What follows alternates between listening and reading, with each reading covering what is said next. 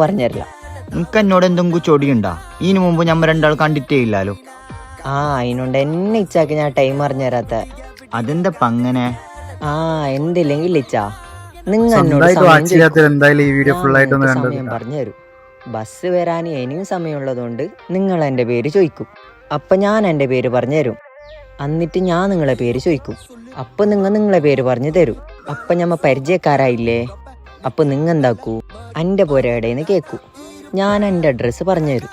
എന്നിട്ട് ഞാൻ നിങ്ങളെ പുരയുടെന്ന് കേൾക്കൂ. നിങ്ങൾ നിങ്ങളെ അഡ്രസ്സും പറഞ്ഞു തരും.